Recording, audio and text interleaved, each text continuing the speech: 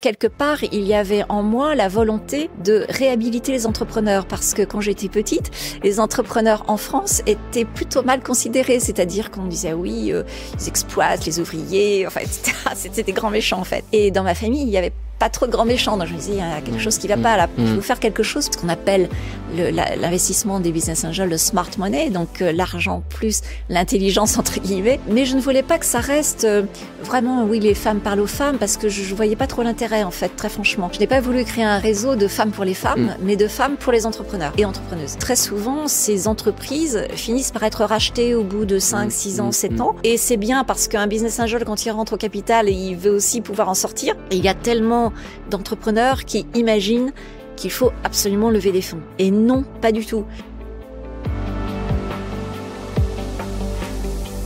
Bonjour, je m'appelle Guillaume Pommier, je suis un ancien banquier M&A de Lazard et le cofondateur de Training You, la première plateforme de préparation aux entretiens en corporate finance, finance de marché et conseil en stratégie et management. Je vous souhaite la bienvenue dans la deuxième saison du Career Insight, le podcast créé par Training You pour mettre en avant des personnalités inspirantes qui évoluent dans ces domaines.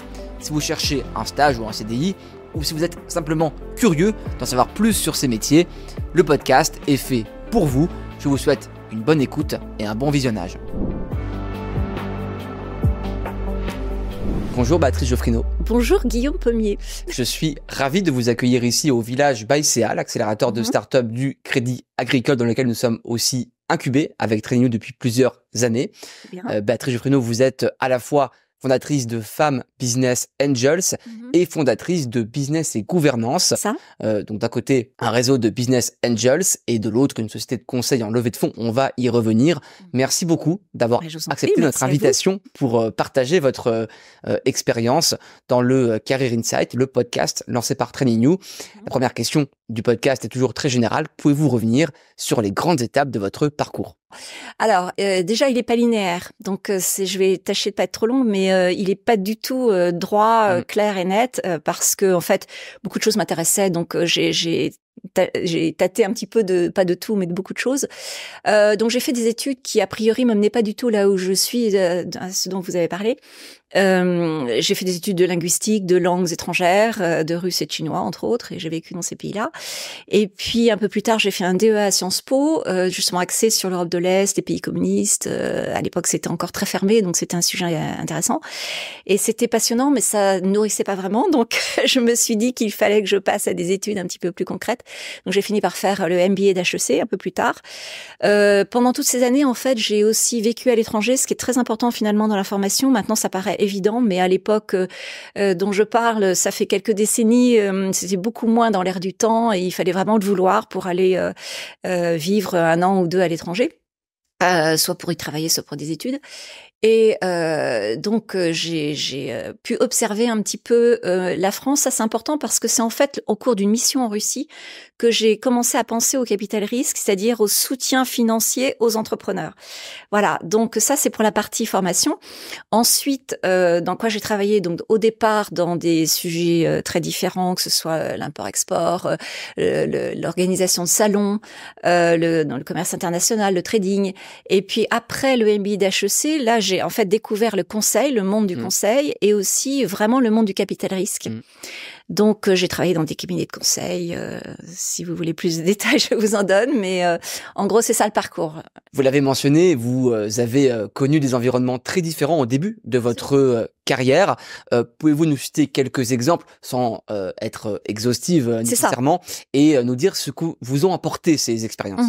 Mes premières expériences, en fait, ont été très formatrices, comme toute première expérience professionnelle, parce qu'on découvre le monde du travail.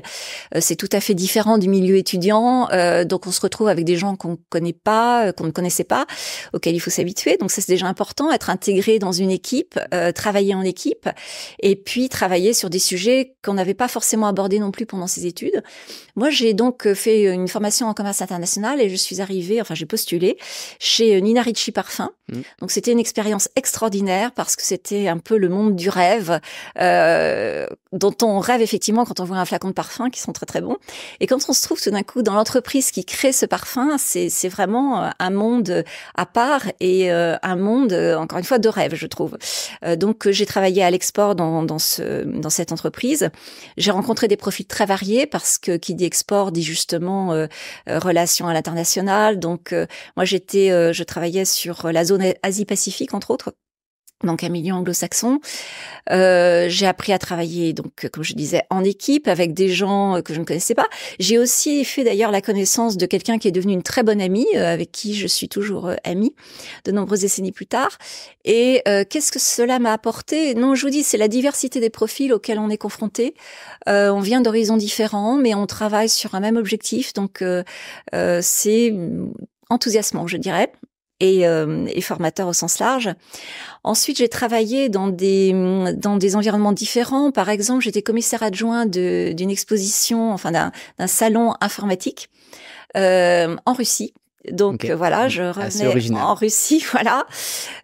Donc là encore, c'est un monde très, du coup, très technologique. C'est plus vraiment le monde du rêve, mais justement, enfin moi, tout ce que j'ai fait m'a énormément appris et je pense que il faut être très curieux quand on démarre dans la vie professionnelle parce que même si ça ne correspond pas toujours à ses rêves d'étudiant, parce que parfois ce sont des activités relativement terre à terre en fait, on se dit mais quoi, j'ai fait 5 ans d'études pour ça, mais en réalité dans toute expérience professionnelle, il y a quelque chose de très instructif, de très formateur pour plus tard et c'est plus tard qu'on se rend compte qu'en fait on avait découvert tel ou tel aspect de la vie professionnelle dans ses premières expériences éventuellement un petit peu simple au premier abord. Ensuite, j'ai travaillé dans des cabinets de conseil. Comme je vous ai dit, j'ai fait le MBA d'HEC, j'ai découvert le monde du conseil. Et par ailleurs, donc j'avais vécu en Russie, donc je parlais russe. Alors oui, avant d'entrer dans un cabinet de conseil, d'ailleurs, j'ai fait des missions de conseil en Russie. Qui était financée par la Commission européenne. Et puis, j'ai passé un an comme ça à faire des missions en Sibérie, au bord du Baïkal. J'ai même vu des ours. Voilà. Vous voyez, c'est un parcours vraiment pas linéaire. Pas très linéaire. Voilà, très très original, mais encore une fois très intéressant et très enrichissant à tout point de vue. Donc ces missions se sont aussi déroulées à Moscou et dans d'autres régions de Russie. Et puis finalement, j'ai souhaité rester en France, donc je suis entrée dans un cabinet de conseil américain qui est pas connu en France, qui s'appelle Wisberger et qui travaille avec la Banque mondiale et la Commission européenne, donc sur des appels d'offres qui ont pour objet d'aider au développement des pays émergents, un petit peu, comment dire, enfin souvent des pays communistes d'ailleurs ou anciennement communistes. Il fallait les aider à passer l'économie de marché. Donc il y avait des vagues de privatisation. Il fallait travailler sur la post-privatisation, expliquer aux nouveaux chefs d'entreprise que c'était en réalité une entreprise, comment ça devait fonctionner. Donc c'est dans ce cadre-là que j'ai travaillé et ça m'a énormément intéressée. J'ai fait ça dans 2 cabinets. Donc le premier que j'ai cité, un autre qui est Ernst & Young, qui est beaucoup plus connu, mais où finalement je faisais la même chose. Alors qu'est-ce que ça m'a apporté? C'était votre question. Là encore, je dirais travailler en équipe, travailler avec des gens d'horizons très différents, travailler aussi sur des projets. C'est-à-dire non pas être un petit dans un tout, mais c'est en fait vraiment être comme dans une petite start-up parce que chaque projet finalement c'était comme une petite entreprise où on travaillait sur tous les aspects, donc que ce soit financier, humain, organisationnel, et il s'agissait de répondre à des appels d'offres, de préparer des dossiers, recruter l'équipe qui allait mettre en place ce projet dans le pays concerné. Donc c'était très varié et je pense que ça prépare effectivement soit à créer une entreprise, soit à créer une association par exemple. En tout cas, c'était très transversal et très complet. On va couvrir dans ce podcast 2 grandes thématiques. La première, c'est Femmes Business Angels, et la seconde, c'est Business et Gouvernance, que j'ai déjà très rapidement décrite tout à l'heure. D'abord, Femmes Business Angels en 2003, avec quelques autres femmes issues en partie d'anciennes d'HEC, le soutien de l'association France Angels et du Conseil régional d'Île-de-France. Vous fondez l'association Femmes Business Angels. D'abord, comment est née l'idée?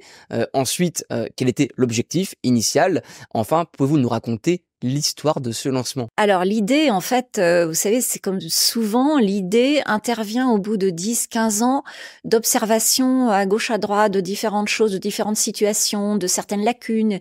Et je vous disais tout à l'heure en plaisantant qu'en fait, c'est un petit peu en Russie que j'ai eu l'idée, parce que, non pas précisément de Femmes Business Angel, mais en tout cas de faire quelque chose pour permettre aux entreprises de voir le jour et surtout de survivre pendant les premières années qui sont les plus dangereuses. Donc ça veut dire faire émerger des investisseurs. Donc ça, c'est une première chose, parce que j'étais censée donner des conseils dans ce domaine là-bas, et je me suis dit, qu'est-ce qu'on fait en France en fait? Et à ce moment-là, il y avait très très peu de choses. Enfin, il y avait pas de business angel, en l'occurrence, du moins pas visible. Et de toute façon, très peu nombreux. Et il y avait, enfin voilà, sinon il y avait évidemment les prêts bancaires, etc. Mais il manquait vraiment de la première phase du capital risque, qui était cruciale et qui était totalement absente. Donc voilà, j'ai un petit peu commencé à réfléchir à ce sujet dans ce cadre-là. Donc ça, c'était en 97, vous voyez, donc c'était bien avant. Oui. Ce que je ne vous ai pas encore dit, c'est que j'étais moi-même d'une famille d'entrepreneurs, de chefs d'entreprise. Donc en fait, ça fait partie de ces choses qu'on le sent quand on est enfant ou adolescent, mais on n'a pas encore formalisé l'idée, vous voyez, mais quelque part, il y avait en moi la volonté de réhabiliter les entrepreneurs, parce que quand j'étais petite, les entrepreneurs en France étaient plutôt mal considérés, c'est-à-dire qu'on disait oui, ils exploitent les ouvriers, enfin, etc. C'était des grands méchants en fait.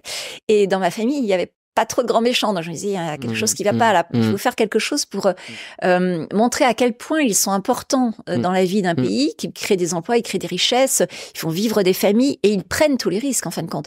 Donc je me suis dit, là quand même, c'est pas juste, il faut faire quelque chose pour eux. Et puis là-dessus, bon, je passe pas mal d'étapes, mais disons qu'il y a eu un facteur déclencheur. J'ai rencontré quelqu'un qui est extraordinaire, qui a malheureusement décédé il y a quelques années, qui s'appelle Bernard Zimmern, et qui est entre autres le fondateur de l'IFRAP, mais qui était quelqu'un de brillant, qui avait fait Polytechnique et l'ENA, ce qui était déjà pas si fréquent, et qui avait vécu aux États-Unis et qui avait découvert ce sujet-là là-bas. Et il se trouve que j'étais à une soirée à sa table où il avait parlé en long et en large des business angels, du fait que ça manquait en France. Je m'étais dit, mais il est en train de dire exactement ce que je pense en fait. Donc je me suis dit, mais il faut absolument que j'essaie de faire émerger les business angels. Et c'est à ce moment-là, vous voyez, c'était dans l'air du temps, parce que c'était après l'éclatement de la bulle Internet aussi. Donc, je pense que beaucoup de gens se posaient des questions sur ce qu'il fallait faire pour rendre l'investissement un petit peu plus efficace. Et donc, France Angel s'est créé à ce moment-là, en 2002, voilà. Et il se trouve que par relation, je connaissais l'un des cofondateurs, donc j'ai été invitée à, peut-être pas la journée de lancement, mais si on peut dire ça quand même, en tout cas une journée d'information sur les réseaux Business Angel qu'il fallait développer en France. Et je vais à cette réunion début 2003, et qu'est-ce que je vois? Je sais pas, il y avait peut-être 200-300 personnes, il y avait 3 femmes, dont moi. Donc je me suis dit, bon, là, non seulement il faut qu'il y ait plus de business angels, mais il faut peut-être aussi qu'il y ait plus de femmes. Parce qu'il n'y a pas de raison enfin, c'est pas qu'il n'y a pas de raison, c'est pas une question de justice, injustice, c'est pas ça du tout. Je me suis dit juste, c'est pas très sain, en fait, qu'il n'y ait que des hommes qui vont avoir un certain regard probablement sur un certain type d'entreprise. Et il y a un tas d'autres innovations qui passeront à la trappe parce qu'il manquera peut-être un regard un peu différent. Donc voilà, là-dessus, donc l'autre cofondateur de France Angels était un cadre du conseil régional d'Île-de-France, et il a organisé des réunions. Mon frère, j'y suis allée, j'ai dit bon allez banco, moi j'y vais, mais je veux pas seulement créer un réseau de business angels, ce qui était au départ vraiment ma première idée. Il y avait pas du tout de notion d'homme ou de femme là-dedans, mais je vous dis, quand j'ai vu ce que j'ai vu, je me suis dit bon là, il faut quand même essayer de mobiliser les femmes autour de ça. Donc voilà, c'est avec ce cofondateur de France Angels que on a décidé de lancer ce réseau. Il m'a dit, moi, je vous soutiens vraiment. Enfin, je vais vous héberger. Vous pourrez organiser vos premières réunions au conseil régional. Donc ça, c'était quand même très important. Et puis, il avait lui-même rassemblé déjà quelques femmes de divers horizons qui s'intéressaient au sujet. Et parce qu'à l'époque, il y avait quand même quelques associations de femmes chefs d'entreprise ou femmes entrepreneurs, donc qui étaient susceptibles de participer au lancement de Femmes Business Angel. Et je me suis dit, il faut aussi que je recrute des femmes qui déjà ont les moyens quand même d'investir, ça paraît quand même assez évident, et qui ont aussi une expérience de chef d'entreprise, ou en tout cas qui sont cadres supérieurs, enfin qui sont à même d'apporter quelque chose à l'entrepreneur en plus de l'argent, puisqu'on appelle l'investissement des business angels le smart money, donc l'argent plus l'intelligence entre guillemets. Donc il faut des femmes qui soient sont d'anciennes chefs d'entreprise, soit ont en tout cas les capacités d'analyser un dossier et d'accompagner efficacement l'entrepreneur. Voilà, donc à partir de là, c'était parti. J'ai déposé les statuts de l'entreprise, de l'association, et puis on a commencé très vite à recevoir des dossiers par relation, et on a monté en fait la première réunion de matching entre les toutes nouvelles investisseuses potentielles et les premiers entrepreneurs fin 2003. Voilà. Et effectivement, j'avais monté une petite équipe grâce aux anciennes HEC, puisque à ce moment-là, en fait, venait de se lancer la newsletter destinée aux femmes anciennes HEC. HEC a été vraiment l'une des premières grandes écoles à s'adresser à ces anciennes, à ces femmes. Ce qui était quand même très pionnier, hein, en 2002, par là, je crois, peut-être même avant, en fait. Et donc, j'ai pu communiquer dans la newsletter destinée à HEC au féminin. Et c'est comme ça qu'effectivement, j'ai pu recruter une petite équipe donc qui m'a rejointe, en fait. J'ai vraiment eu l'idée, j'ai déposé les statuts avec 2 autres personnes rencontrées à la première réunion dont je parlais. Et puis ensuite, l'équipe qui devait constituer le comité de sélection, qui devait essayer de trouver les dossiers, ça a été effectivement grâce à HEC au féminin. Alors, en une vingtaine d'années, Femmes Business Angels est devenu le premier réseau féminin de Business Angels, à la fois en France, mais aussi en Europe. Ouais. En France, le réseau est présent à Paris, mais aussi en région, à Bordeaux, Marseille, Rennes, Caen et Lille. Et il réunit aujourd'hui 170 femmes qui ont réalisé plus de 250 opérations d'investissement et accompagné plus de 200 startups, car les femmes du réseau investissent dans les sociétés, mais aussi accompagnent ces sociétés qui sont en démarrage ou en développement. Comment expliquez-vous ce formidable succès ?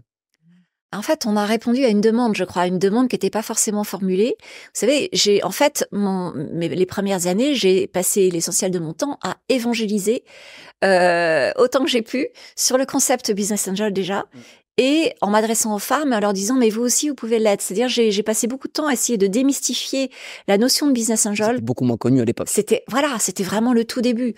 Donc, en fait, ce que je veux dire, c'est que j'ai répondu à une demande qui n'existait pas encore, mais qui était en latence et que j'ai peut-être contribué à faire émerger. Et en tout cas, j'ai permis à beaucoup de femmes de découvrir ce concept, mais je savais que ça allait marcher en fait, parce que déjà les entrepreneurs en avaient besoin. Il y avait un véritable besoin de cette population de business angels, d'investisseurs particuliers qui prennent vraiment beaucoup de risques. Mais je savais aussi que ça plairait aux femmes. Enfin, il me semblait que elles trouveraient beaucoup de plaisir, elles s'épanouiraient en fait dans l'accompagnement de ces startups. Donc voilà, je pense qu'on a véritablement répondu, peut-être par anticipation, mais à une demande qui ne demandait qu'à s'exprimer. Vous parlez des femmes justement, et dans une interview accordée en 2018 à un magazine, vous indiquiez ne pas vouloir créer un ghetto féminin, mais mobiliser davantage de femmes pour qu'elles deviennent investisseuses et entrepreneuses. Est-ce un pari réussi ? Alors déjà, je voudrais non pas rectifier, mais préciser 2-3 petites choses. Quand vous disiez tout à l'heure qu'on était le premier réseau féminin de Business Angel en Europe, tout dépend de quoi on parle, si c'est l'antériorité ou si c'est la taille. Pour ce qui est de l'antériorité, permettez-moi de vous dire que c'est le premier réseau féminin de Business Angels au monde. Voilà, en toute modestie, hein. Voilà. Parce que je m'étais bien évidemment renseignée à ce moment-là. En Europe, ça n'existait pas.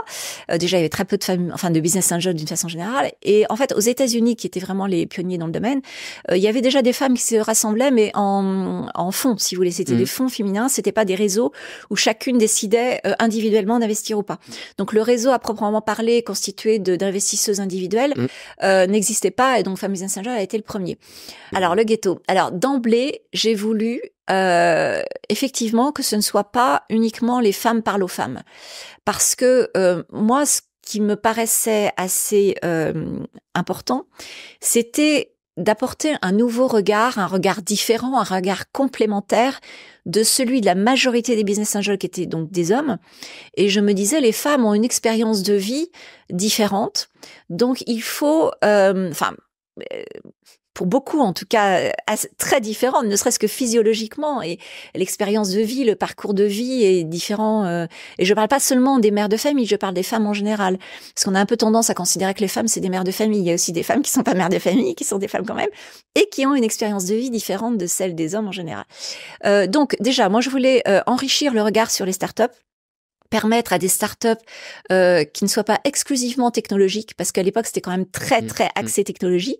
Il peut y avoir des startups très innovantes sur le plan marketing, enfin dans divers domaines non techno. Et je pensais que les femmes, parce qu'il y avait beaucoup moins d'ingénieurs femmes, ces femmes business angels allaient avoir un regard beaucoup moins, comment dire, peut-être plus axé sur à quoi ça sert cette innovation, est-ce bien nécessaire, est-ce que ça va marcher, est-ce que ça correspond à nos besoins, voilà. Donc c'était un petit peu ça l'idée. Donc après, évidemment que on était ravis quand des femmes entrepreneurs s'adressaient à nous.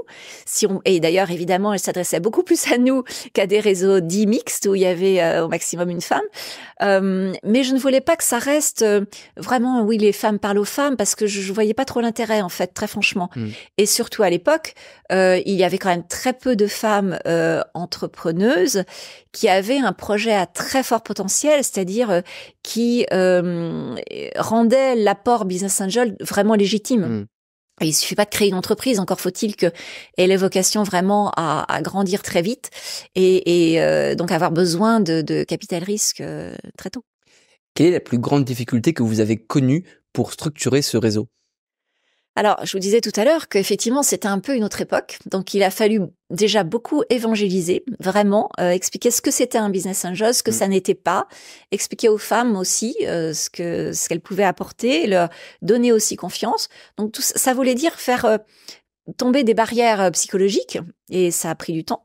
C'est d'ailleurs ce qui m'a donné l'idée de créer une formation pour rassurer cette nouvelle population de business angel. Mais même au sein de ma petite équipe, il a fallu aussi leur expliquer certaines choses. Par exemple, j'ai un souvenir quand même assez marquant, c'est que ça paraît évident maintenant, mais en 2003 et même en 2004, ça ne l'était pas encore. J'ai dit, attendez, dans la sélection des projets, il va falloir qu'on institue des séances de pitch, c'est-à-dire, en gros, elevator pitch, vous avez 3 à 5 minutes grand maximum pour présenter votre projet et pour convaincre. Et c'est pas 10 minutes ou 15 minutes, c'est 5 minutes. Et on me dit, oh non, mais c'est cruel, mais dis donc, non, c'est pas gentil. On n'est pas là pour être gentil, on est là pour identifier des projets innovants, qui vont être capables eux aussi de se vendre à des clients en 5 minutes dans un salon ou autre. Donc il faut qu'on puisse tester cette qualité-là. Et donc, il faut qu'on instaure le pitch. Et ça, bizarrement, ça a été, il y a eu de la résistance, vous voyez, même en interne. Donc, ça fait partie des difficultés que j'ai rencontrées. Après, évidemment, la critique du sexisme, pourquoi que des femmes, vous êtes sexistes, etc. Bon, enfin, passons. Ça, c'est pas grave.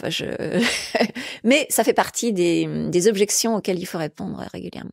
Selon vous, qu'est-ce qui caractérise globalement un bon business angel, et existe-t-il des qualités spécifiques que les femmes peuvent mobiliser par rapport aux hommes dans ce rôle ? Alors, je pense qu'un business angel, comme son nom l'indique, il y a business et puis il y a ange, il y a angel. Donc, il y a quand même ce côté humain. C'est quand même quelqu'un d'abord qui est un individu, un individuel, un particulier, voilà, une personne physique qui met de l'argent de sa poche dans un projet. Donc, il faut que ce soit quelqu'un déjà, attention, pas un philanthrope, mais quelqu'un qui quand même soit assez généreux, parce qu'il sait il apporte de l'argent au moment où l'entreprise est en démarrage, au moment où le risque est maximum. Donc, il faut déjà quelqu'un qui soit généreux au sens large, qui ait des qualités humaines, et qui soit aussi quelqu'un de très lucide. C'est-à-dire qu'il ne faut pas non plus se laisser emballer par un projet qui paraît mirifique, il faut aussi avoir un peu de recul, etc. Donc je dirais, moi, la lucidité en plus de la générosité. J'ai pris ce pari mais je me suis aussi basée sur des études que je lisais à l'époque sur l'appétence au risque des femmes. Et globalement, je me suis dit, les femmes qui sont confrontées aux contraintes de la vie quotidienne, qui n'ont pas trop de temps à perdre, si je puis dire, se disaient l'innovation c'est formidable, ça fait rêver, etc. Mais est-ce que c'est vraiment utile dans la vie de tous les jours ? Donc je me suis dit peut-être qu'elles auront une approche un peu moins orientée techno et un peu plus, voilà, ça sert à quoi votre truc en fait ? Parce que bon, on veut bien mettre de l'argent, mais encore faut-il que l'entreprise se développe parce qu'elle correspond à un vrai besoin. Donc il y avait ce côté peut-être un petit peu plus pragmatique sur lequel j'ai parié. le côté aussi dans l'accompagnement peut-être plus positif, peut-être plus humain. J'ai du mal à dire ça parce que les hommes sont aussi très humains, mais disons que les femmes avaient peut-être moins l'esprit de compétition par rapport aux entrepreneurs, c'est-à-dire peut-être moins la volonté de dire « moi je sais, je vais t'expliquer comment tu dois diriger ta boîte ». Voilà, donc je me suis dit qu'elle correspondait vraiment bien, a priori, sachant que toutes les femmes sont pas pareilles évidemment, mais à cet aspect vraiment ange de Business Angel. Est-ce qu'il y a des attentes particulières des femmes quand elles investissent dans un projet? Qu'attendent les femmes quand elles investissent dans des startups? Évidemment, elles attendent que la startup se développe, bien sûr, ne fasse pas faillite. C'est quand même le but du jeu. Mais c'est aussi la légitimité des business angels d'accompagner pour éviter précisément les faillites les premières années et même beaucoup plus tard d'ailleurs. Mais en tout cas, de passer la vallée de la mort, comme on dit, dans les meilleures conditions. Donc, elles attendent ça, que l'entreprise se développe. Mais personnellement, je pense que, comme tout business angel, elles ont mis de l'argent de leur poche, donc elles attendent un retour sur investissement. Mais je pense que ce qui les motive aussi, enfin moi c'était mon pari, c'est aussi de s'épanouir dans cet accompagnement, c'est de transmettre leur expérience, leur vision des choses, parce que si on se remet là encore il y a 20 ans, parce que les choses ont beaucoup évolué dans les entreprises, mais à l'époque c'est vrai que c'était plus difficile quand même pour des femmes de briser le plafond de verre, n'est-ce pas, d'être écoutées en réunion, etc. Donc mon idée c'était que là elles avaient peut-être le pouvoir d'exprimer leur avis, de donner des conseils et d'être écoutées. Et donc, ça pouvait être très épanouissant pour elles. C'était une nouvelle aventure. Et en plus, une aventure vraiment à elles. C'est-à-dire, elles mettaient leur argent. Elles allaient à des réunions avec que des femmes. Et elles étaient ne pas censées parler au mari, d'ailleurs, des projets strictement confidentiels. Mais là, bon, je pense qu'il y a eu des petites fuites. Des petites fuites, voilà. Ça, c'était un peu mon souci. Mais non, voilà, je pense que c'était un petit peu ça l'idée. C'est pour ça que j'ai créé cette formation aussi, pour leur donner non seulement des outils pour bien analyser, mais c'était aussi pour leur donner de l'assurance, pour leur donner confiance en elles, et qu'ensuite elles puissent se dire bon ben voilà, j'ai appris, j'ai ma première expérience, je vais pouvoir toute seule investir dans d'autres startups. Le réseau Femmes Business Angels met en avant 3 axes. Le premier, c'est la féminité. Le second, c'est la modernité. Le troisième, c'est la valeur ajoutée. Est-ce que ces axes sont aussi vos critères d'investissement? Alors, pour ce qui est de féminité, alors ça dépend si vous voulez parler de mes investissements personnels. Alors, je vous dirais non en fait, parce que comme je le disais un peu plus tôt, je n'ai pas voulu créer un réseau de femmes pour les femmes, mais de femmes pour les entrepreneurs et entrepreneuses. Donc féminité, oui, du côté investisseur, mais sinon le fait que ce soit une femme à la tête de l'entreprise n'était pas un critère, même si encore une fois c'était la cerise sur le gâteau, c'est-à-dire ça faisait tellement plaisir. On en a eu des jeunes femmes avec des idées innovantes, y compris dans la technologie d'ailleurs, et ça c'était le Graal en fait, mais c'était pas le seul objectif, parce que sinon on aurait eu trop peu de dossiers. Donc voilà, féminité, oui et non en fait. Modernité, oui, enfin moi je dirais plutôt innovation, c'est-à-dire que c'est parce que l'entreprise est innovante que le banquier ne veut pas lui prêter de l'argent et que donc il va s'adresser, enfin l'entrepreneur ou l'entrepreneuse va s'adresser à des business angels. Donc l'innovation peut-être plus que la modernité. Et ensuite, la valeur ajoutée. Alors là encore, je ne sais pas si vous voulez parler de la valeur ajoutée de l'entreprise ou de la valeur ajoutée du business angel pour l'entreprise. Dans tous les cas de figure, il faut de la valeur ajoutée. De toute façon, il faut que effectivement l'entreprise se développe mieux avec des business angels que sans. Et quant à la valeur ajoutée, ou en tout cas le retour sur investissement, encore une fois, ça fait quand même partie des objectifs. Et c'est là pour répondre aussi, avec un peu de retard à une des questions précédentes, c'est peut-être là aussi que les hommes et les femmes se différenciaient, en tout cas, se différencient encore un peu sans doute, même si c'est toujours difficile de mettre les uns et les autres dans des sacs différents, parce qu'en fait, on a quand même plus en commun, je pense, que de différents. Mais je pense que pour les hommes, surtout à l'époque, en l'occurrence, c'était vraiment faire une plus-value. Pour les femmes, c'était plus aider des entrepreneurs à créer leur entreprise, à mettre sur le marché aussi des produits ou des services qui parlaient plus aux femmes peut-être que aux hommes. Comment se déroule le process de sélection des projets au sein du réseau, et quels tickets en moyenne les femmes investissent-elles? Alors, processus de sélection. Donc, dès 2005, je crois, j'ai créé le site internet de l'association et on a mis tout de suite en place un formulaire de présélection parce que, et j'en parle parce qu'en fait, encore aujourd'hui, enfin hier en l'occurrence, on me parlait de projets qui cherchaient 200 000 euros, 150 000 euros et ça, en fait, ça n'est pas vraiment éligible à l'investissement Business Angel parce que ça sous-entend qu'il n'y a pas forcément d'innovation, de rupture et donc peut-être que l'entrepreneur peut se financer autrement. Donc bref, on a tout de suite mis comme ça des critères d'élimination en fin de compte. Voilà, donc en fait tout ça est très informatisé depuis très longtemps. Vous voyez sur le site de l'association, vous devez répondre à des questions, remplir un formulaire et si vous arrivez au bout, très bien. Ensuite, il y a un comité de sélection qui est créé, qui se renouvelle régulièrement et qui analyse un peu plus en profondeur, qui essaie de faire un peu un tri dans tous ces dossiers-là. Un critère important, c'est évidemment la personnalité de l'entrepreneur ou entrepreneuse ou de l'équipe. C'est quand même à ce stade l'actif tangible l'actif le plus tangible de l'entreprise et c'est ce sur quoi on parie en réalité. Parce que les business plans, c'est très bien, mais tout le monde sait qu'ils se réalisent rarement comme c'était prévu. Donc en fait, l'idée, c'est quand même de rencontrer assez vite, dans le cadre de la sélection, de rencontrer assez vite les porteurs de projets. Et ensuite, donc il y a plusieurs étapes comme ça d'élimination, disons, ou de sélection.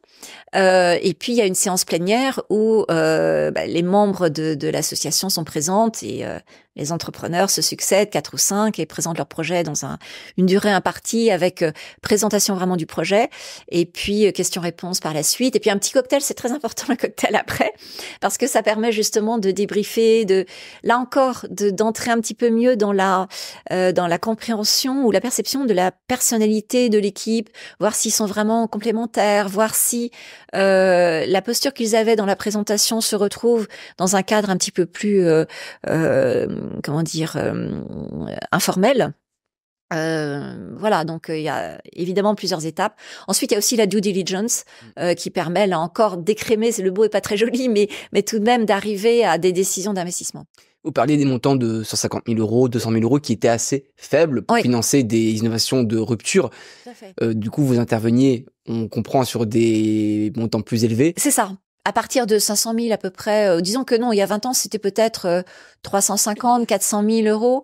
Aujourd'hui, c'est beaucoup plus. En fait, c'est plutôt 1 million d'euros. Enfin, ça dépend. Même au stade du business angel.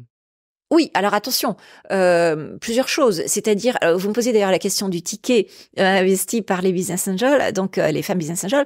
Moi, j'avais décrété, dans l'intérêt des entrepreneurs et pour légitimer notre existence, que chaque business angel ne mette pas moins de 10 000 euros individuellement dans un pack, évidemment, dans un pot commun, parce que déjà, il fallait que qu'elle considère que c'était quelque chose de vraiment important, c'est-à-dire qu'on réfléchit vraiment à 2 fois quand on met 10 000 euros plutôt que 500. Donc, il fallait que le montant ne soit pas ridicule et il fallait aussi qu'à la fin, s'il y avait une dizaine de business angels qui investissent, ça fasse quand même au minimum 100 000 euros. Sachant, c'était vraiment le strict minimum. Sachant que on n'a jamais, enfin, je crois quasiment jamais, investi toute seule. Et ça, je le savais dès le départ. Mais l'idée, c'était vraiment de nous réunir pour analyser des dossiers, mais ensuite de co-investir dès les premiers tours. Un pool de femmes sur le même projet. Co-investi, voilà, avec des tickets plus élevés. un ou deux réseaux de business angels qui, justement, à cette occasion, ont commencé à nous découvrir, à nous respecter d'ailleurs. Et voilà. Donc oui, le ticket, alors je sais plus si c'est le même montant aujourd'hui, mais enfin pour moi c'est quelque chose d'important. Et quand j'entends parfois dire que certains mettent 5 000 euros, enfin je trouve que c'est pas raisonnable et ce n'est pas respectueux même, je dirais, vis-à-vis des entrepreneurs. Ça c'est un peu ridicule quand même. Enfin ça c'est mon point de vue personnel. Mais alors cela étant. Encore une fois, il y a 20 ans, c'était vraiment les tout débuts. Donc, je m'étais aussi adaptée. C'est-à-dire que créer un réseau de femmes business angels, c'était pas du tout la même chose. Il a fallu que j'adapte beaucoup de choses. Je vous dis, la formation que j'ai montée, enfin, on était le premier réseau à monter une formation vraiment structurée sur l'analyse du dossier, sur le pacte d'actionnaires, ce que c'était, etc. Donc, il a fallu que je m'adapte et je me suis rendu compte assez vite que il allait falloir monter quand même des petits véhicules collectifs d'investissement. Donc, avec l'aide d'avocats, j'ai créé des petits clubs d'investissement de business angels. Donc, au sein de notre association, il y a eu l'un après l'autre 2 petits clubs. Et là, effectivement, la mise de fonds était seulement de 5 000 €.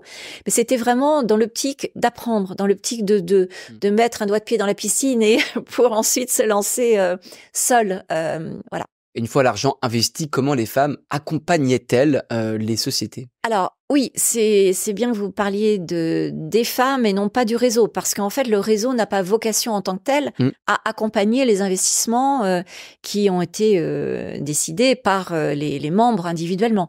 Donc ensuite, elle joue le rôle de business angel. Donc par définition, enfin on le disait tout à l'heure, c'est du smart money. Donc il faut apporter son réseau, son carnet d'adresses, son réseau pour aider l'entreprise à se développer. Généralement, il y a des comités stratégiques ou voire des conseils d'administration, plutôt des comités stratégiques qui s'organisent au moment de la levée de fonds.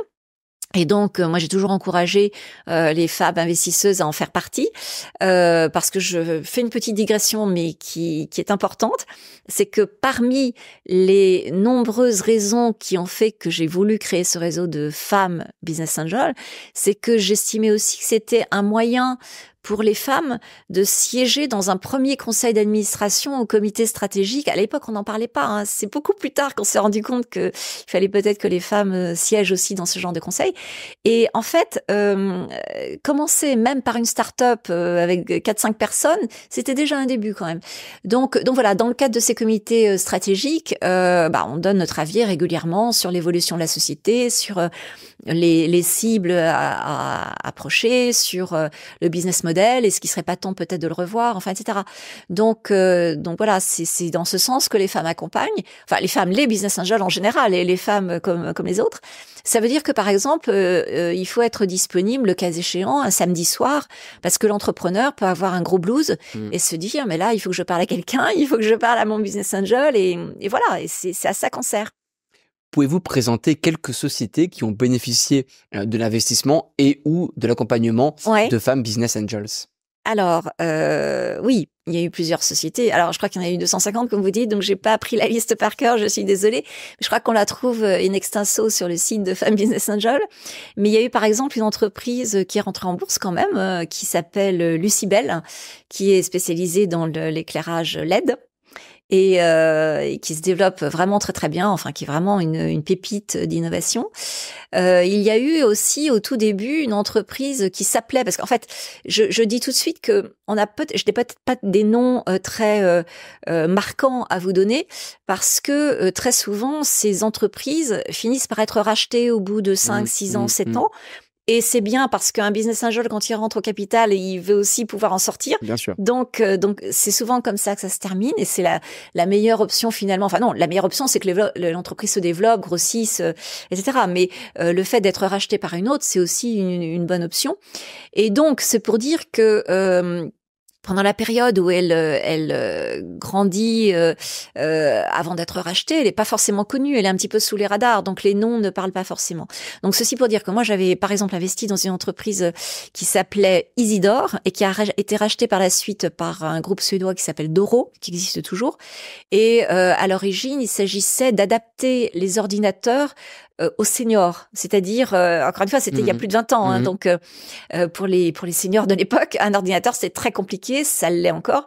Depuis il y a eu les tablettes, bon voilà, ça s'est simplifié, mais voilà. Alors il y a eu sinon écoutez, il y en a tellement que j'ai du mal à choisir. Alors, il y a par exemple une société dans laquelle je n'ai pas investi, qui est plus récente, mais qui s'appelle Roger Voice et qui permet aux malentendants quand même de se téléphoner. Enfin, c'est un système qui retranscrit les conversations pour des malentendants. Et d'ailleurs, ça me permet, vous voyez, les 2 exemples que j'ai donnés là permettent aussi de montrer que on avait vraiment à cœur en tant que femme. Maintenant, ça paraît bateau de dire on cherchait l'impact, mais oui, c'était ça en fait. Je vous l'ai pas dit tout à l'heure, mais c'était ça. J'avais envie qu'on ait un impact, que nos investissements aient un véritable impact.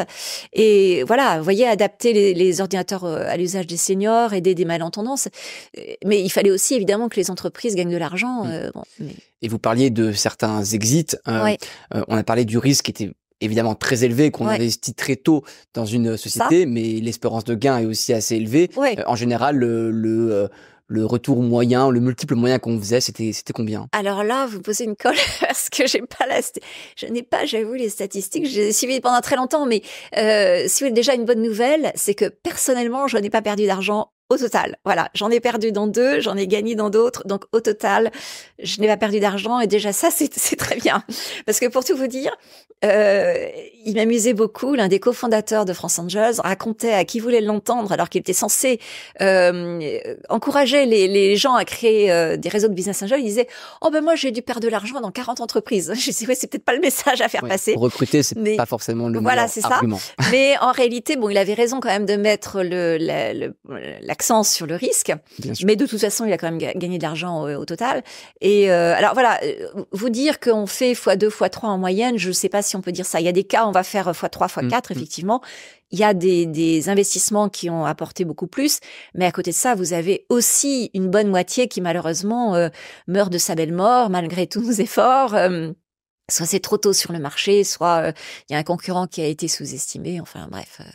Mais voilà, si on fait déjà 1,2 de ces investissements, je trouve que c'est déjà pas mal parce que encore une fois, on a été utile par ailleurs aussi, pas uniquement financièrement.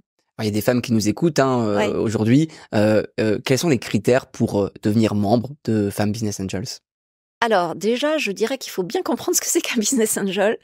Il faut vouloir donc accompagner des entrepreneurs, avoir quand même le bagage qui permet de le faire aussi. Il faut pas surtout il faut pas chercher à trouver son job en rentrant dans un réseau comme ça. On est vraiment là pour soutenir des entrepreneurs qui, eux, ont leur projet déjà prêt. Et voilà. Donc ça, c'est quand même très important parce que on a été approché très souvent par des femmes qui se disaient, bah tiens, je suis entre 2 jobs, je vais peut-être pouvoir vendre mes services. Donc surtout pas. C'est vraiment pas l'objet. Donc il faut, alors le profil idéal, il faut quand même avoir une certaine expérience professionnelle. Il faut avoir le goût du risque quand même. Il faut être à l'écoute, c'est-à-dire ne pas vouloir imposer son point de vue. Il faut être aussi flexible, tout comme l'entrepreneur, c'est-à-dire être capable de faire vraiment des pivots. On en parle beaucoup parce que ça arrive très vite dans la vie d'une start-up. Et alors, je vais vous dire quelque chose qui va peut-être vous surprendre, mais si on postule chez Femmes Business Angels et qu'on se dit bah tiens, je vais être avec des femmes, ça va être bien. Et c'est bien, parce que généralement, les femmes y restent très longtemps. Mais en même temps, je voudrais qu'on évacue le côté un peu trop idéologue, un peu trop féministe, etc. C'est pas vraiment l'objet, c'est plus de trouver plaisir à discuter entre nous de projets qui éventuellement nous concernent. Vous voyez, parmi les exemples d'entreprises que Femmes Business Angel avait, dans lesquelles elle avait investi, il y avait par exemple une marque de sous-vêtements pour femmes qui avaient subi un cancer du sein. Vous voyez, donc je dis pas que les hommes ne peuvent pas en parler, mais je dis quand même que c'est un sujet quand même assez féminin. Voilà. Donc l'idée c'est un petit peu ça, c'est surtout trouver entre femmes avec le même parcours de vie, les mêmes expériences à discuter. Mais ça n'est pas une association féministe. Voilà, c'est ça que je voudrais que les femmes qui postulent comprennent bien aussi. Aujourd'hui, quels sont les principaux axes de développement de Femmes Business Angels? Alors, comme j'ai dû vous le dire, si je suis la fondatrice et une des présidentes d'honneur, je ne suis plus à la tête de l'association. Donc, je suis maintenant l'association quand même un petit peu plus loin. Mais ce que je constate avec grand plaisir, c'est que l'association se développe géographiquement. Et ça, c'est quelque chose que j'avais voulu essayer de faire. Moi, je suis restée 5 ans à la tête de l'association.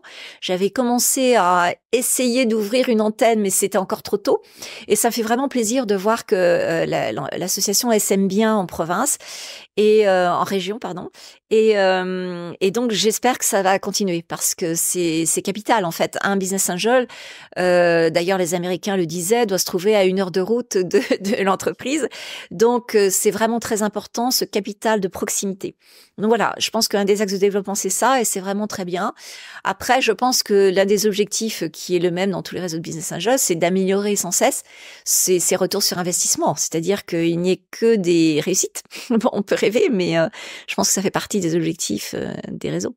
Patrice Geoffrineau, j'ouvre la deuxième thématique de ce podcast, c'est business et gouvernance, une société de conseil en levée de fonds que vous avez créée en 2007. Pouvez-vous nous présenter cette activité? Écoutez, c'est tout simplement un cabinet de conseil. Alors, c'est un petit peu le prolongement de Femme Business Angel, mais sur un plan professionnel. C'est-à-dire que oui, c'est pas un détail, ce n'est plus du bénévolat, mais il s'agit toujours de rapprocher des entrepreneurs et des investisseurs. Cette fois, je suis vraiment l'intermédiaire. Je n'investis pas moi-même dans ces entreprises, mais j'essaie justement de faire en sorte que les entrepreneurs soient vraiment prêts pour aller voir des investisseurs.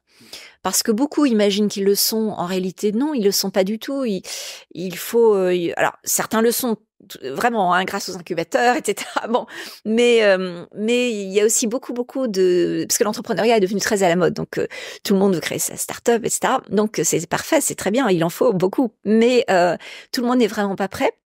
Donc, j'essaie, en tant que leveuse de fonds, de conseil en levée de fonds, de les aider vraiment à travailler sur les documents de présentation, que ce soit le deck, l'executive summary, et évidemment en amont sur le business plan.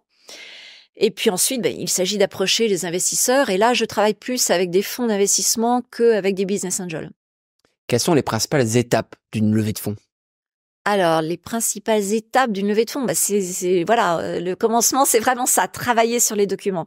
J'insiste là-dessus parce que trop d'entrepreneurs se disent, je veux voir tout de suite un investisseur. Et moi, j'explique aux entrepreneurs que conseil en levée de fonds, c'est pas agents immobiliers pour lesquels j'ai beaucoup de respect, mais c'est pas exactement le même travail. On doit vraiment réfléchir. Enfin, moi, je remets à plat vraiment le projet de l'entrepreneur. Donc, c'est ça vraiment la première étape, c'est travailler le fond du projet et aussi la forme. Et vraiment essayer de pas laisser d'angle mort dans un dossier, préparer vraiment l'entrepreneur au pitch pour qu'il soit pas surpris quand il rencontrera des investisseurs et que il ait les bonnes réponses. Bon, ça, c'est vraiment la première étape et ça prend quelques semaines. Enfin, ça dépend des dossiers, de la disponibilité de l'entrepreneur. Mais c'est vraiment travailler sur ces 3 documents. Et puis ensuite, je me charge d'approcher les investisseurs qui me paraissent pertinents. Ah oui, je dois dire aussi que je travaille beaucoup sur la valorisation avec les entrepreneurs, parce que là, c'est quand même souvent un point d'achoppement quand on rencontre des investisseurs. Et évidemment, l'entrepreneur, son entreprise qui est son bébé vaut 3 milliards, et pour l'entrepreneur pour l'investisseur, pardon, elle vaut à peine 3 millions et encore. Donc l'idée, c'est ça, c'est essayer déjà de préparer l'entrepreneur à revenir un peu sur terre, à accepter de se diluer peut-être un tout petit peu plus, mais pour son bien quand même. Et puis ensuite, donc j'approche les investisseurs et dès que certains se montrent intéressés, je monte des réunions et j'accompagne l'entrepreneur. Je suis vraiment du côté de l'entrepreneur pour essayer de faire en sorte qu'ils se comprennent et qu'on aboutisse à un closing. Vous mentionnez la valorisation, c'est parfois difficile de valoriser une société en early stage. Comment on peut faire une valorisation pertinente? Alors là, vous savez, c'est surtout après qu'on sait si elle était pertinente. Donc, avant, on fait au mieux. Mais si vous voulez, en gros, c'est... évidemment, on peut faire des calculs, des CF. Enfin, tout le monde connaît la méthode. Mais il y a aussi des indicateurs qui sont connus dans tel secteur. Une boîte de tel âge voit à peu près telle fois l'EBITDA. Voilà. Mais parfois, on a affaire à des entreprises qui ont à peine un début de chiffre d'affaires. Donc, c'est effectivement très compliqué d'évaluer. Mais souvent, ça se termine par l'investisseur dit, moi, je veux 30%, et l'entrepreneur dit, moi, je veux pas lâcher plus de 10%. Donc, on essaie de se mettre d'accord sur 20%. Vous voyez, ça, in fine, on arrive souvent à une négociation entre, finalement, c'est une négociation, un entrepreneur, un investisseur. Exactement. Et c'est là que le leveur de fonds, que je voudrais aussi réhabiliter, joue tout son rôle, parce que il s'agit vraiment de rapprocher les intérêts de 2 parties qui, sinon, pourraient se lâcher, et ce serait dommage. Donc, j'essaie vraiment de faire en sorte qu'on aboutisse à un accord. Aujourd'hui, il existe beaucoup de sources de financement. Quand un entrepreneur doit-il lever des fonds en equity auprès d'un business angel ou d'un fonds plus classique par rapport aux autres opportunités de financement qui existent aujourd'hui sur le marché? Alors justement, je pense c'est une question très pertinente parce que il y a tellement d'entrepreneurs qui imaginent qu'il faut absolument lever des fonds. Et non, pas du tout. On dirait que je prêche contre ma chapelle en tant que conseiller en levée de fonds, mais finalement non, j'ai pas envie de perdre de temps avec des dossiers qui ne sont pas mûrs pour une levée de fonds. Donc en fait, c'est pas du tout obligatoire de lever des fonds et de toute sa vie d'ailleurs, hein, pas seulement dans les premières années, mais on peut très bien développer une entreprise sans lever de fonds. Donc ça, c'est quand même un point très important et je voudrais vraiment que les entrepreneurs aient bien ça à l'esprit. Même si c'est très à la mode, ça fait très chic de dire voilà, j'ai levé 10 millions. Bon, 10 millions, c'est peut-être qu'on on en avait quand même besoin, mais jusqu'à 1 ou 2 millions, peut-être qu'on peut faire sans en fait. Hein. Donc c'est en fait quand on a évacué toutes les autres possibilités et qu'on a vraiment, on arrive à un moment où on a un projet de développement urgent, important, coûteux, et que la meilleure option, c'est vraiment de faire entrer, qu'on a épuisé aussi toutes les possibilités de prêt, la subvention, etc., et on a besoin de renforcer ses fonds propres, que là, effectivement, il faut songer à lever des fonds. Mais il faut pas que ça soit considéré comme un must-have, il faut absolument passer par là. Non, non, c'est absolument pas obligatoire. Et d'ailleurs... comment dire, ça peut porter préjudice à l'entreprise de lever des fonds alors qu'elle en a pas besoin. Le risque, et on a vu souvent le cas de figure, c'est que l'argent soit dépensé un petit peu n'importe comment parce qu'en fait, il n'y en avait pas tant besoin que ça. Et ça amène à des faillites aussi après. Donc il faut bien réfléchir. Mais alors, une fois que j'ai dit ça, il faut aussi essayer de vraiment anticiper. C'est-à-dire que c'est là que le business plan, même s'il n'est pas toujours respecté, a quand même sa valeur. Et c'est extrêmement important de travailler sur un business plan parce qu'il faut être capable de se projeter, d'envisager toutes les options de développement possibles, les plans A, les plans B, etc. Et de se dire, bon, là, si ce plan A ne marche pas, il faudra peut-être activer le plan B. Et là, il va falloir qu'on lève à telle échéance, tel montant par rapport aux projections que l'on a aujourd'hui. Donc, je dis ça parce que il faut pouvoir anticiper sa levée de fonds, la préparer à l'avance. Il faut pas dire coucou, j'ai besoin de 2 millions tout de suite, là demain ou après-demain. Non, c'est pas possible. Donc, il faut prévoir au minimum 6 mois. Au minimum. Dans le meilleur des cas, ça aboutit au bout de 6 mois, mais c'est parfois un an. Je vous propose un petit jeu. Oh là. On va prendre les différents services que Business et Gouvernance propose aux entrepreneurs et pour chacun, vous allez nous dire la chose à faire et la chose à éviter. Premièrement, la construction, justement, d'un business plan. Ce que je dis toujours, c'est avoir un plan A et un plan B. Un scénario optimiste et pessimiste. Je pense que c'est quand même ce qui est à faire. Et un plan B, et ne pas faire, c'est... je vais le dire familièrement, c'est délirer. C'est-à-dire prévoir 10 milliards de chiffre d'affaires dans 3 ans. Bon, calmons-nous quand même. Ça a l'air d'être extrême, mais je vous assure que parfois on n'est pas loin de ça. Ou en tout cas, voilà, prévoir que la société vaudra 2 milliards l'année prochaine. Bon, c'est un peu... Voilà. Deuxièmement, la rédaction d'un pitch deck pour les investisseurs. D'accord. Alors, déjà, moi, je dirais à faire, être concis. Être concis. Ne pas en mettre des tartines parce que parfois le pitch il fait 40 pages, c'est plus un pitch là. Hein. Donc être concis et ne pas faire, c'est un petit peu le pendant, c'est-à-dire c'est construire des usines à gaz, se perdre dans beaucoup de détails. À la fin, on ne sait plus très bien ce que fait l'entreprise et ce que cherche l'entrepreneur. C'est aussi, oui, un point très important à ne pas faire. Alors dans le pitch. Mais aussi après dans les discussions avec les business angels, c'est bien faire la différence entre un investisseur et un client. Parce que très souvent, j'entends des entrepreneurs ou je vois des decks d'entrepreneurs qui m'arrivent et où ils s'adressent à l'investisseur comme à un client. C'est-à-dire qu'ils passent les 3/4 du deck à expliquer ce que fait leur merveilleuse invention, mais ils oublient le marché, ils oublient le potentiel de développement, ils oublient la concurrence, enfin, etc. Donc voilà, bien faire la différence entre client et investisseur. Troisièmement, la présentation du pitch à l'oral devant les investisseurs. Alors, faire et ne pas faire. Faire... Oui, être percutant. Être percutant, aller droit au but en fait. Et ne pas faire... donner l'impression à l'investisseur qu'on ne cherche que son argent et pas du tout ses conseils, tout le côté smart qu'il peut apporter en plus de l'argent. Parce que parfois on sent un petit peu ça et on se dit ils n'ont pas tout compris.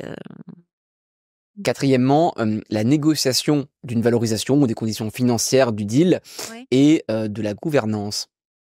Être flexible, être flexible. Enfin, c'est quelque chose que j'utilise à la fois pour le business angel et pour l'entrepreneur, parce que il y a beaucoup d'incertitudes. On discute vraiment de projets, et donc on discute un peu de l'inconnu quand même.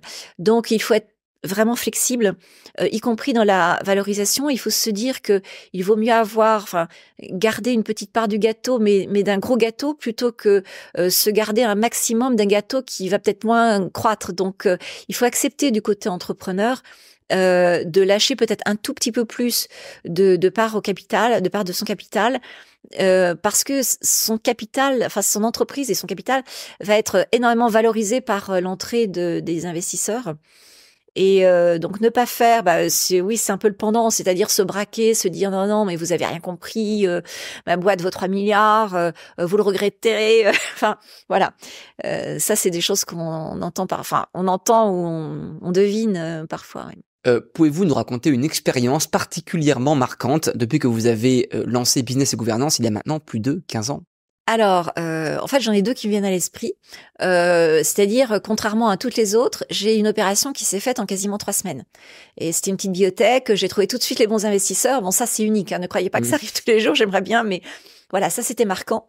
Et autrement, une levée de fonds, alors plus ancienne, qui était aussi assez étonnante, assez amusante finalement. C'est-à-dire que le tour de table s'est terminé, mais en fait à la dernière minute. C'est-à-dire au moment où on était en train de signer les engagements, j'avais des gens au téléphone. Vous savez, un petit peu comme dans les ventes aux enchères, vous avez des gens au téléphone qui renchérissent.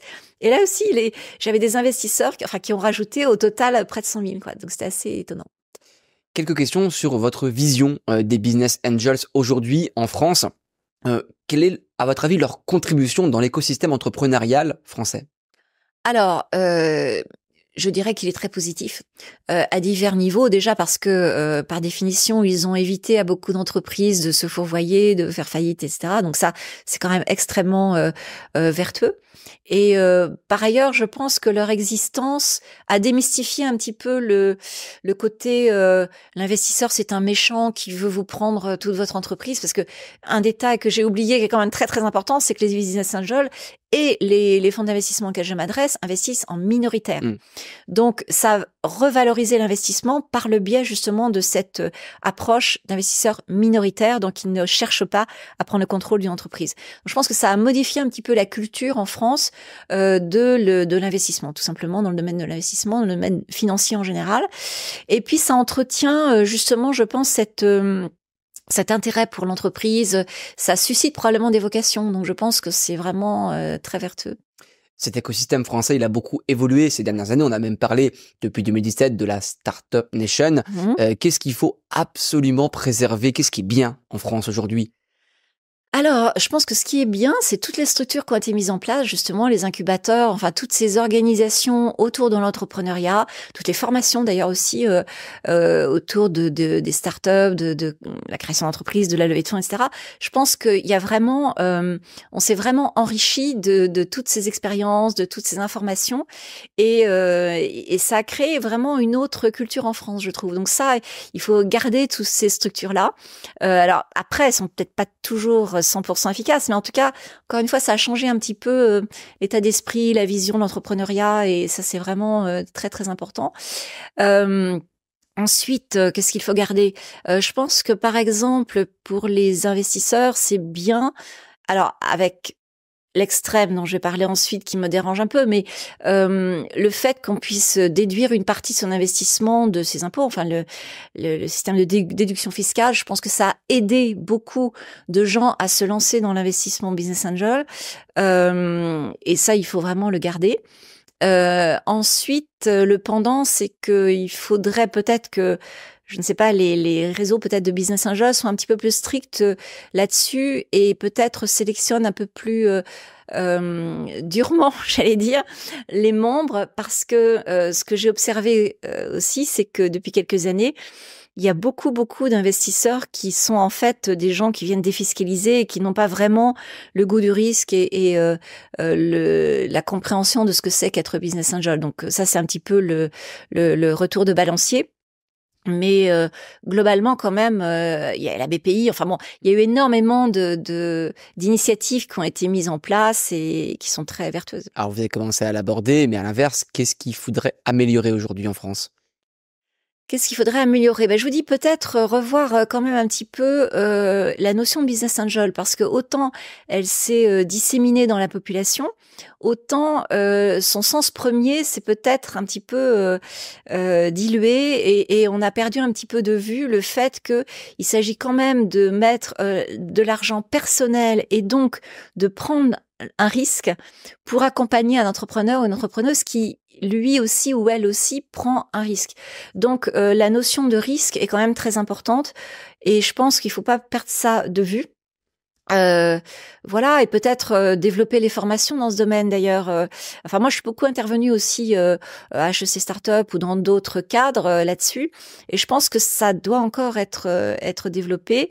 Et puis peut-être, là, j'ai prêché pour ma chapelle, mais peut-être faire mieux comprendre l'importance de l'accompagnement avant même l'investissement. C'est-à-dire, les incubateurs le font en partie, mais le métier de levée de fonds doit être pris un petit peu plus au sérieux, je dirais.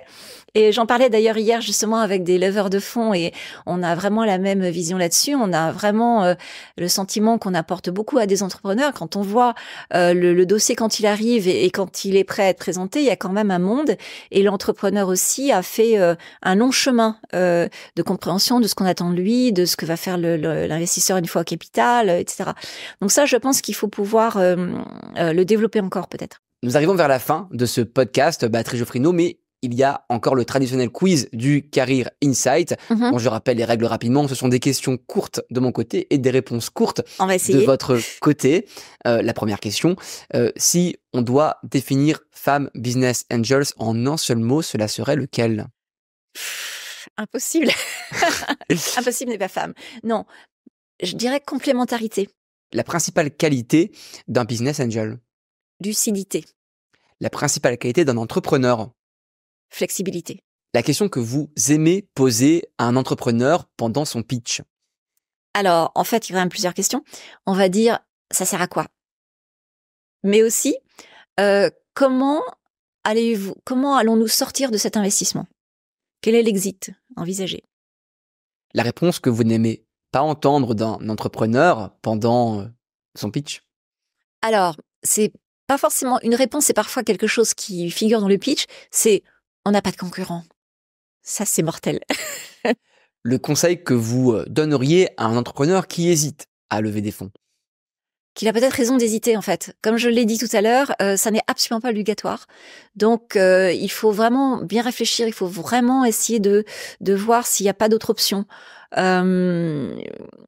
Oui, ça n'est pas obligatoire. Votre investissement le plus réussi? Celui que je citais précédemment sur l'ordinateur pour seniors, qui finalement s'est bien développé, a eu un impact. Vous voyez, je parlais un peu plus tôt du fait que peut-être les femmes cherchaient un peu plus d'impact dans leurs investissements, il y a déjà 20 ans. Hein. Voilà, donc ça, oui. Et puis, sur le plan strictement financier, j'ai plutôt gagné un peu d'argent, pas fait fortune, mais ça va. Et voilà, donc il y a celui-là, il y en a peut-être d'autres, mais... Votre investissement le plus difficile? Alors, le plus difficile, oui. C'en est un qui aurait pu réussir en fait, et il y a des erreurs de débutants qui ont été faites. C'est en fait une entreprise dans le domaine du parfum, vous voyez, j'y revenais. Et en fait, c'est des recrutements qui ont été très mal faits, qui ont été en fait beaucoup trop coûteux pour une start-up, et du coup, voilà, elle a déposé le bilan, alors qu'il y avait un véritable potentiel en fait. C'était un petit peu dommage. Le projet le plus prometteur qui n'a finalement pas abouti? En fait, j'étais assez fière qu'il s'adresse à Femme Business Angel. C'est le projet Michel et Augustin, que tout le monde connaît. Les petits gâteaux, là, les petits biscuits. Après, c'est devenu plus que ça, mais ils ont élargi la gamme. Mais j'avais été très fière qu'il s'adresse à nous. Et là, ça fait partie des investissements que je n'ai pas fait parce que j'étais en même temps à l'étranger. Bon, passons. J'étais en mission en Asie centrale quand ça s'est décidé. Et puis, ils avaient aussi relevé le ticket. C'était un petit peu haut. Mais c'était juste pour dire qu'en fait, on a eu de très, très bons projets chez Femme Business Angel, mais on peut pas investir partout et parfois, on le regrette. Mais voilà. L'entrepreneur qui vous a le plus impressionné? Alors, je vais faire une réponse facile, je vais vous dire tous.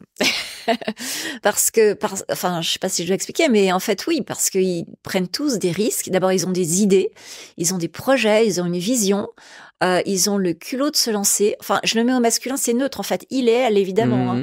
Et peut-être que j'admire encore plus les femmes parce que peut-être qu'elles ont moins de possibilités de retomber sur leurs pieds si ça se passe mal. Enfin, donc, je les admire tous et toutes.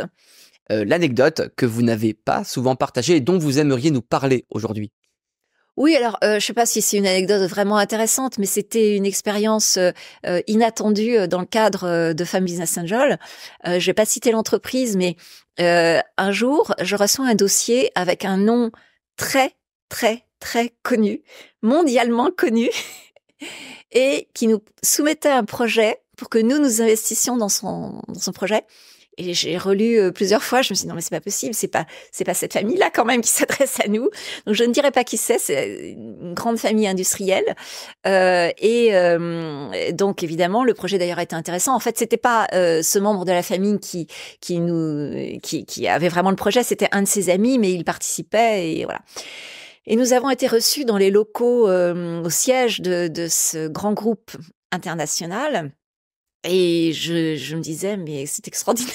Enfin, voilà. Donc c'est vrai que j'en ai pas beaucoup parlé. Et encore une fois, je vais pas donner le nom, mais c'était une surprise incroyable. Et donc c'est pour dire aussi que quand on crée une entreprise ou que l'on crée une association, il peut toujours se passer des choses totalement inattendues et qui donnent de bons souvenirs par la suite. Le conseil que vous donneriez à la jeune Béatrice Geoffrineau qui étudiait dans les années 1980? La jeune moi ne savait pas du tout où elle serait plusieurs décennies plus tard, même s'il y avait en moi déjà certaines envies. Mais en tout cas, je lui dirais de suivre son intuition finalement, de suivre ses goûts et surtout de ne pas suivre la mode. Ça, c'est vraiment très important, ne pas suivre la mode, mais suivre ses propres convictions, faire ce que l'on veut. Et on arrivera toujours à s'épanouir dans un projet, quel qu'il soit, mais en tout cas, je ne dis pas ne pas écouter les conseils, évidemment, mais suivre ses propres projets, ses propres volontés, ses propres motivations. Merci Béatrice Geoffrineau. Mais je vous en prie, c'est moi qui vous remercie. Merci d'avoir suivi ce podcast. Je vous donne rendez-vous pour un prochain épisode du Career Insight. Pour retrouver les précédents épisodes du Career Insight, mais aussi de notre autre podcast, Chose au Career, rendez-vous sur YouTube, Spotify ou Apple Podcast. N'hésitez pas aussi à nous suivre sur LinkedIn, Instagram et TikTok pour être au courant de l'actualité de ces métiers et à vous abonner à la plateforme Training You si vous cherchez un stage ou CDI pour booster votre préparation.